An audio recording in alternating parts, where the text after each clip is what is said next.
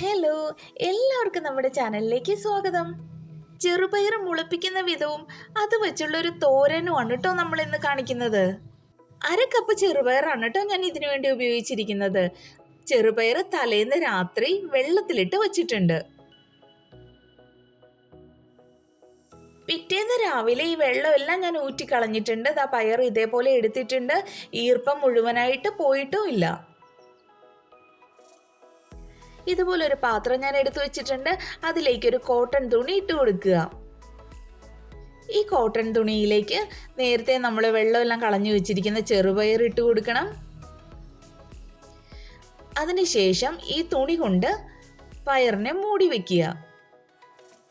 കുറച്ച് വെള്ളവും കൂടെ ഞാൻ മുകളിൽ തളിച്ചു കൊടുക്കുന്നുണ്ട്.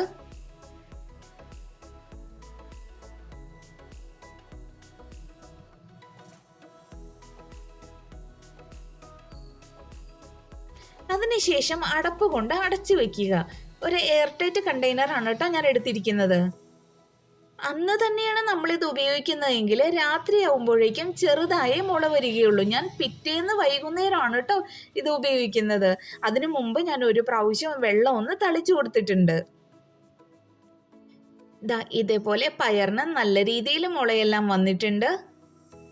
കണ്ടോ, ഇതേ പരുവത്തിലാണ് ഞാൻ എടുത്തിരിക്കുന്നത്.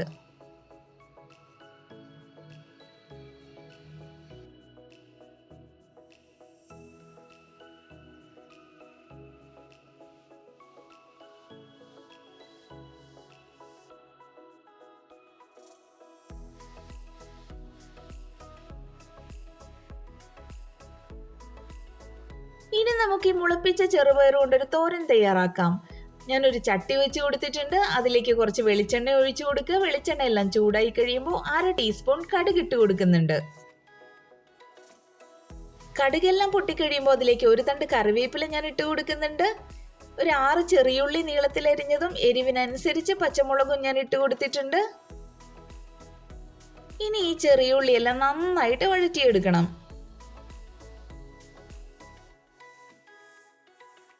ഉള്ളിയെല്ലാം നന്നായിട്ട് വാടി വരുമ്പോൾ അതിലേക്ക് നമ്മൾ നേരത്തെ എടുത്തു വെച്ചിരിക്കുന്ന മുളപ്പിച്ച ചെറുപയർ ഇട്ട് കൊടുക്കുക. 1/2 ടീസ്പൂൺ മഞ്ഞൾപ്പൊടി കൂടി ചേർത്ത് കൊടുക്കണം. ആവശ്യത്തിന് ഉപ്പൂടെ ചേർത്ത് കൊടുക്കുക. എല്ലാം കൂടി നന്നായിട്ട് ഇളക്കി യോജിപ്പിക്കണം.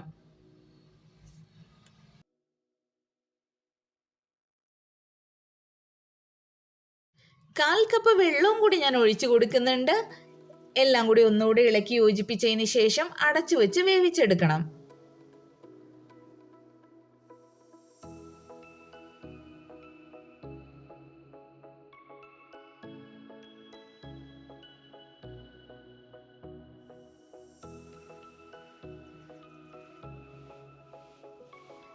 നമ്മുടെ ചെറുപയറെല്ലാം നന്നായിട്ട് വെന്ത് വന്നിട്ടുണ്ട്. കുഴഞ്ഞു പോയിട്ടൊന്നുമില്ല കേട്ടോ. ഇതേപോലെ നന്നായിട്ട് കിട്ടിയിട്ടുണ്ട്. ഇനി ഇതിലേക്ക് 1/2 കപ്പ് നാളികേരം ചിരണ്ടിയത് കൂടി ഞാൻ ചേർത്ത് കൊടുക്കുന്നുണ്ട്.